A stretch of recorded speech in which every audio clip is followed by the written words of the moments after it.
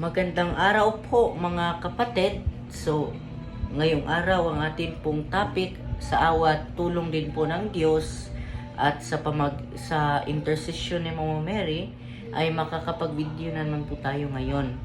No, so ang atin pong topic ngayon is how powerful is the rosary in Mama Mary, no? So, simulan na po natin. So, ang atin pong santo ngayon is si Saint Dominic. Siya po yung founder of the Order of Preachers. He established a convent of cloistered nuns, cradle of the future Dominican nuns, no? He preached against heresies and helped reform the Cistercians. His order is well known for combating heresies of the church, no? So ito pa lang si Saint Dominic no, well known talaga sa pag sa mga heresy, no? So simulan na po natin. So ayon po dito sa libro ng The Exorcist by Father Siquia, Volume 2, you are acknowledging the deplorable state you are in and throw yourself utterly defeat. Take this rosary, say it with devotion and with true sorrow for all your sins, and make a firm resolution to amend your life. No, so kapag nagro-rosary po tayo, nasan po yung rosary ko? Ito. Kapag nagro-rosary po tayo, no, dapat we say it with devotion pala and true sorrow for our sins. No? So, ang sinabihan po ni Saint Dominic is si Don Perez pala. So, Don Perez knelt down and said the whole rosary. He then felt the need of making his confession and did so with heartfelt contrition. So, napaka-powerful talaga nitong rosary mga kapatid, dahil no, nagpray lang ng rosary si Don Perez ay naka-feel talaga siya na kailangan niyang mag-confession, no? So, another beautiful story, no? Another beautiful and true story regarding to Mama Mary and the rosary in the life of Saint Dominic occurred when the saint was confronted by a possessed heretic. So, nakonfronta pala si Saint Dominic ng possessed heretic, mga kapatid, no? At atin pong babasahin itong storya, no? Ito po, ha? So, when Saint Dominic was preaching the rosary near Carcassonne pala, no, an Albigen's son was brought to him who was possessed by the devil. Saint Dominic exorcised him in the presence of a great crowd of people. So, in-exorcise siya na maraming tao ang nanonood, no? It appeared that over 12,000 had come to hear him preach. The devils who were in possession of this rich man were forced to answer Saint Dominic's question in spite of themselves. They said that there were 15,000 of them. No, grabe, 15,000 po pala. 15,000 of them in the body of this poor man because he attacked the 15 mysteries of the rosary. No, so, napossess pala itong tao na ito dahil po inattack niya yung 15 mysteries sa rosary, no? At saka 15,000 din po yung mga demonyo nga nandun sa kaniyang katawan, no? Grabe po mga kapatid, no? They went on to testify that by preaching the rosary, he put fear and horror into the very depths of hell, and that he was the man hated most throughout the whole world because of the souls which he snatched from them through the devotion of the Holy Rosary.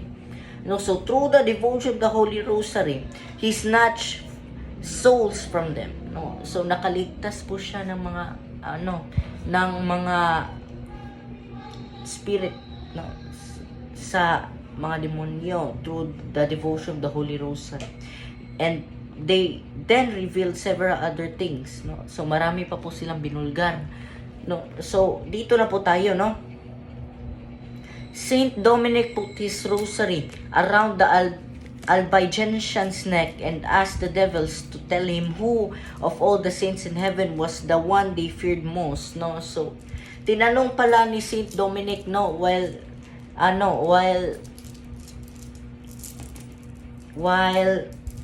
inano ni Saint Dominic yung rosary sa neck nung possessed, no? So tinanong niya kung sino ang kinakatakutan ng demonyo sa lahat ng mga santos, no? Sino ang kinatatakutan ng mga demonyo, no? So was the one they feared most, no? So, and who should therefore be the most loved and revered by man? And this they let out such unearthly screams, no? So, sumigaw po yung mga demonyo, no? That most of the people fell to the ground, faint from fear, no? So, yung mga tao po na nanonood, natatakot po, no? Grabing takot po sa mga tao, no? Dito na po tayo at continue po tayo. Then using all their cunning so as not to answer, the devils wept and wailed in such a pitiful way that many of the people wept also. Out of purely natural pity, the devil spoke through the mouth of the Albigensian people, through the Albigensian son, pleading in a heart-rending voice, Dominic, have mercy on us. So, na talaga yung demonyo, natakot na talaga, kaya nagmamakaawa na kay Saint Dominic, no? We promise you that we will never hurt you. You have always had compassion for sinners and those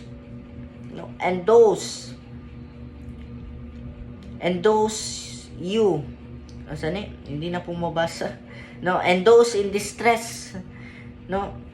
Have pity on us, for we are in grievous straits. We are suffering so much already.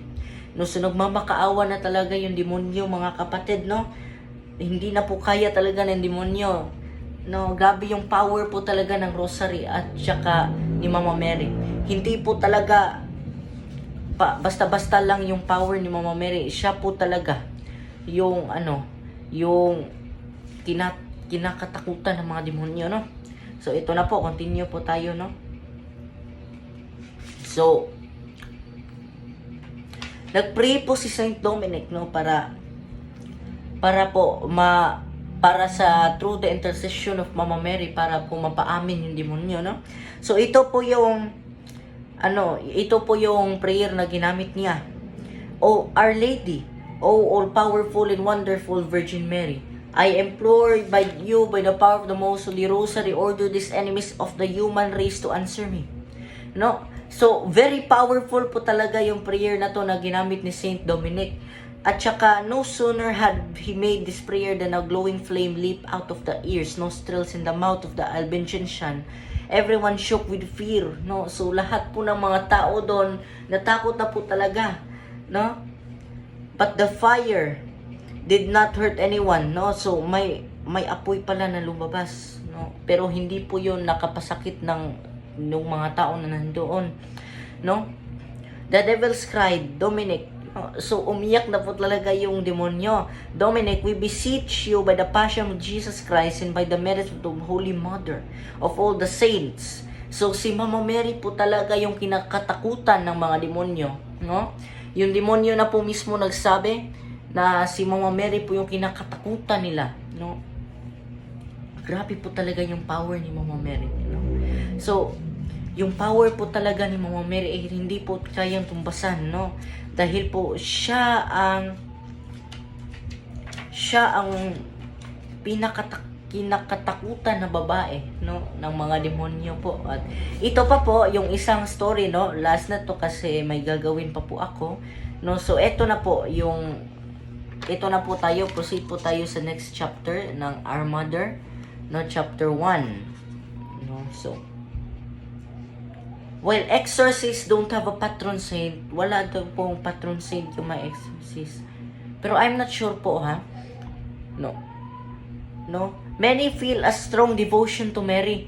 So, si Mama Mary po talaga yung kanilang, may strong devotion po talaga yung mga exorcists kay Mama Mary, mga kapatid. No? So, many exorcists invoke Mary. During the ritual, the demon is so terrified of her that he will never pronounce her name. He'll say that that woman she destroys me, says Father Amort po, si Father Amort po, no, she's exorcist of the Vatican. The Marian prayer, especially the rosary, is a very powerful weapon in the fight against Satan. So, yung rosary po talaga is a very powerful weapon, no? Is a very powerful weapon against Satan. Yun po talaga yung kinakatakutan ng demonyo, mga kapatid, no? So, dapat lang po tayo magdasal ng rosaryo araw-araw dahil po para dahil one rosary every day keeps the devil away, yan po sabi nila, mga kapatid, no?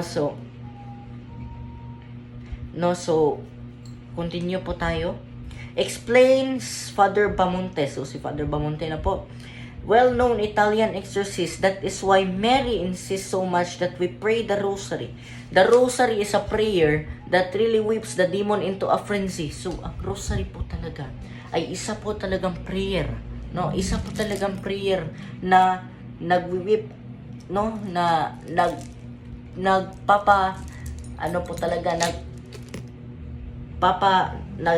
tumatalo po talaga sa demonyo, mga kapatid, no? On many numerous occasions, Father Bamonte has beseeched Mary for help, only to have the person he is praying over to say, "She is here," or "You can't imagine what I would do if she weren't stopping me." No? Grabe po talaga, mga kapatid, kapag nagpray po tayo ng rosary, Mama Mary is present.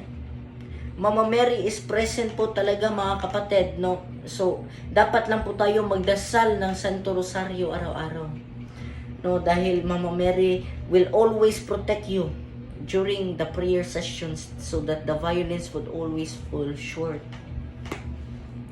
So, yun lamang po, mga kapatid, at sa awa tulong po ng Diyos ay naka-video po tayo ulit ngayon, at baka mag-video po ulit ako, no? So mag-pray muna tayo, mga kapatid, bago tayo mag-end sa ating video. So, sa ngalan ng Ama, ng Anak, at ng Espiritu Santo. Amen. Hail Mary, full of grace, the Lord is with thee. Blessed art thou among women, and blessed is the fruit of thy womb, Jesus. Holy Mary, Mother of God, pray for us sinners, now and at the hour of our death. Amen. Glory be to the Father, and to the Son, and to the Holy Spirit, as it was in the beginning, is now, and ever shall be, world without it. Amen. Our Lady of the Most Holy Rosary, pray for us. Saint Bartolomeo, pray for us. In the name of the Father, the Son, the Holy Spirit. Amen. So, mga kapatid, kung may katanungan po tayo sa ating pananampalatayang Katoliko, mag-message lang po kayo sa ating Facebook page. Ang pangalan po nun ay John Mark Dongon CFD, no? Yun po ang ating Facebook page. Mag-message lang po kayo doon at masasagot po natin dito yung mga tatanungan. At huwag kalimutan pong mag-subscribe sa ating YouTube channel. Huwag kalimutan mag-like at i-share na lang din po, no? Salamat at sa awa tulong po sa Diyos ay nakapag-video po ulit tayo ngayon, no? So, maraming salamat po, mga kapatid, sa pagpapanood ng ating episode na ito. So, maraming salamat po, mga kapatid. God bless, at tatak CFD with a humble heart. Sana po pagpalain kayo ng Diyos. Amen.